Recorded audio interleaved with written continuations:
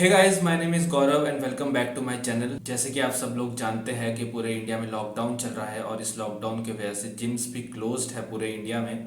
तो जो लोग रेगुलरली फिटनेस फॉलो करते थे और जिम जाते थे उनके लिए भी ये अपने आप में थोड़ा मुश्किल टाइम है।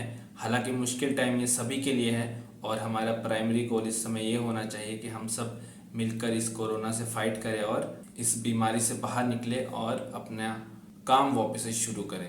हालांकि आज मैं इस टॉपिक पे बात नहीं कर रहा हूँ, मैं बात कर रहा हूँ कि जो ये लॉकडाउन का पीरियड है जिसमें हम सब घर में बैठे हैं, उस टाइम में क्या हम फैट लॉस कर सकते हैं। मैं देख रहा हूँ कि आजकल यूट्यूब पे काफ़ी यूट्यूबर्स डाइट शेयर कर रहे हैं, वर्कआउट शेयर कर रहे हैं regarding fat loss in this lockdown period या क्वारंटीन टाइम। और मुझसे भी काफ़ी लोग पूछ रहे हैं कि क्या ये अच्छा टाइम है जिसमें हम फैट लॉस कर सकते हैं या नहीं।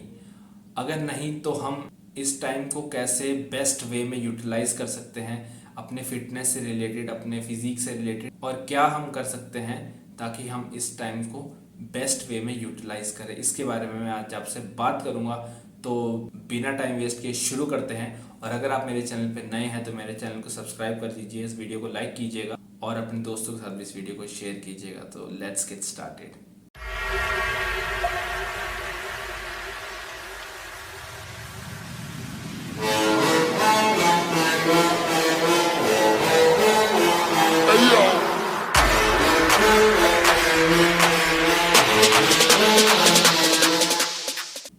सो गाइज, बहुत से लोगों में आज भी ये मेंटेलिटी है कि अगर वेट गेन करना है तो हमें heavy weight for less repetitions hit करने चाहिए, और अगर हमें फैट लॉस करना है तो हमें light weight for high repetitions target करने चाहिए।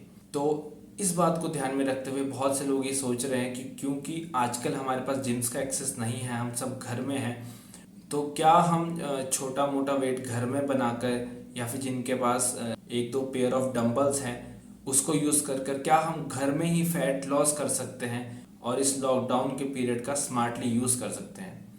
तो इस पे मैं ये बोलूँगा कि अगर आप बिगनर हैं, अगर आपको 2 साल या उससे कम टाइम हुआ है जिम जाते हुए और आपके लिए होम वर्कआउट या बॉडी वेट वर्कआउट भी एक चैलेंजिंग वर्कआउट है, तो उस केस में आप इस लॉकडाउन पीरियड को भी यूटिलाइज कर सकते हैं और अपने रिजल्ट्स पा सकते हैं। लेकिन अगर आपको थोड़ा बहुत टाइम हो गया है, मिनिमम 2 इयर्स हो चुका है जिम जाते हुए, और बॉडी वेट वर्कआउट आपके लिए इतना ज़्यादा टफ नहीं है, तो सच ये है कि आप ना ही फैट लॉस कर सकते हैं और ना ही मसल बिल्डिंग कर सकते हैं इस टाइम के दौरान।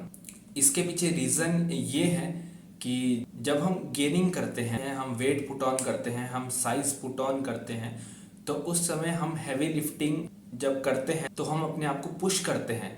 लेट्स से कि अगर मेरा bench press 90 to 95 KGs for 5 repetitions है, तो मैं टारगेट करूंगा कि मैं 100 केजी के एटलीस्ट 3 रेपिटेशंस लगाऊं, जो कि मेरे लिए एक चैलेंज होगा। तो मैं इसको सक्सेसफुली कंप्लीट करने के लिए 3 से 4 हफ्ते लूंगा और अपनी बॉडी को हर हफ्ते पुश करूंगा, ऑब्वियसली विद गुड डाइट। तो इन 3 से 4 हफ्ते में मैं अपनी बॉडी को इंडिकेशन दे रहा हूँ कि मुझे इतना ज़्यादा स्ट्रेंथ चाहिए कि मैं 100 केजी के 3 रेपिटेशंस लगा सकूँ। तो मेरी स्ट्रेंथ बढ़ेगी, मेरा साइज बढ़ेगा, मेरा मसल मास बढ़ेगा, ताकि जो मेरा टारगेट है उसको मैं अचीव कर सकूं। और इसको हम बोलते हैं प्रोग्रेसिव ओवरलोडिंग, और जो कि बहुत बड़ा रीज़न है जिससे हमारी मसल बिल्डिंग होती है।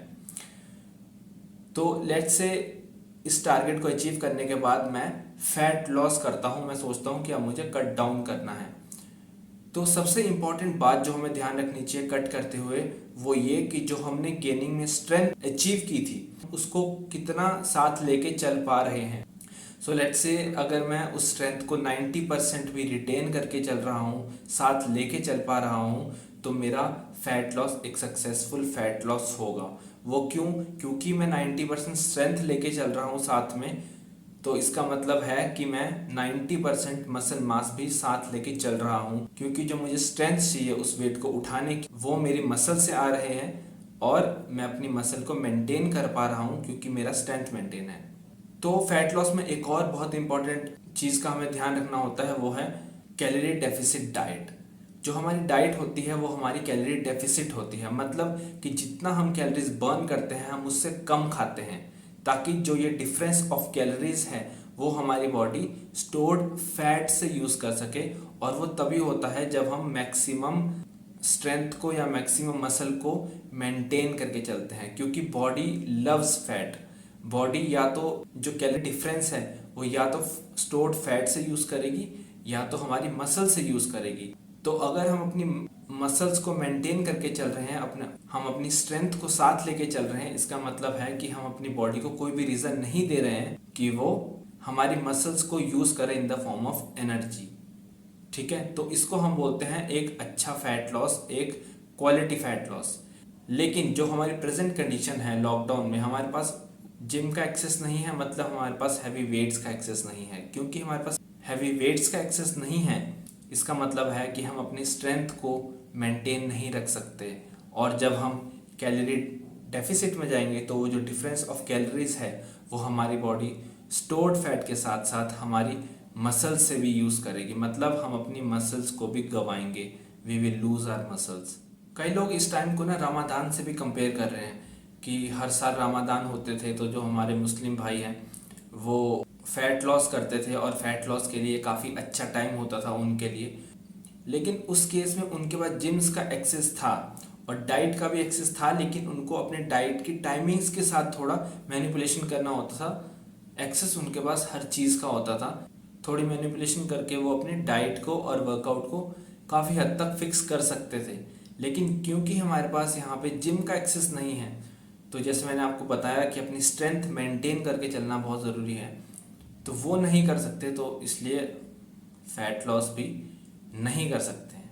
तो वैसे भी 4 से 5 महीने हम जिम का गैप देंगे, और उसमें भी अगर आप अपनी बॉडी को जिस पॉइंट में आपने जिम छोड़ा था उससे भी पीछे ले जाएंगे, तो जिम खुलने के बाद 2 से 3 महीने आप लोगे वापस से उस पॉइंट में पहुंचने के जहाँ पे आपने जिम छोड़ा था लास्ट टाइम।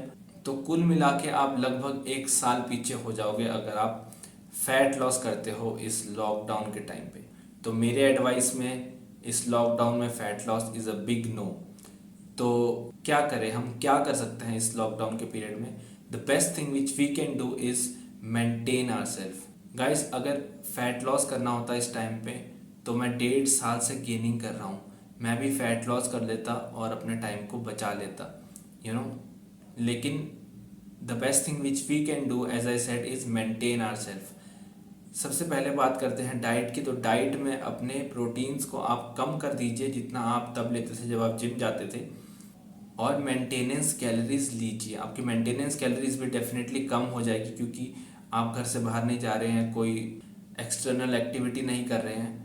लेकिन इतनी इनफ कैलोरी ज़रूर लीजिए ताकि आप अपना वेट मेंटेन कर सके और मेंटेनेंस के अराउंड आपकी कैलोरीज हो।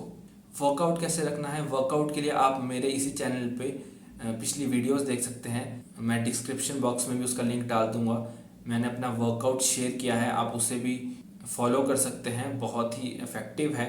और सबसे बढ़िया बात यह है कि मैंने कोई भी जिम इक्विपमेंट का यूज़ नहीं किया है, बारबल, डंबल या रेजिस्टेंस बैंड कुछ भी मेरे पास नहीं है। हालांकि ये बात सच है कि हमारा मसल लॉस होगा ही होगा, लेकिन अगर आप अपने आप को मेंटेन रखते हो तो आपको बहुत कम टाइम लगेगा उस पोजीशन में पहुंचने के लिए जहां पे आप लास्ट टाइम जिम गए थे, वहां तक अपनी फिजिक को लेके आए थे। तो जब आप वापस से जिम जाओगे तो बहुत जल्दी आप अपने आप को वापस लेके आ जाओगे उस पोजीशन पे जहाँ पे आप लास्ट टाइम थे जब आप जिम गए थे, और आप फिर अपने आप को अपने टारगेट के हिसाब से ट्रेन कर सकते हो, या जो आपका प्लान है आप उसे फॉलो कर सकते हो। So this is all from my side in this video. Hope you like it and thank you so much for watching.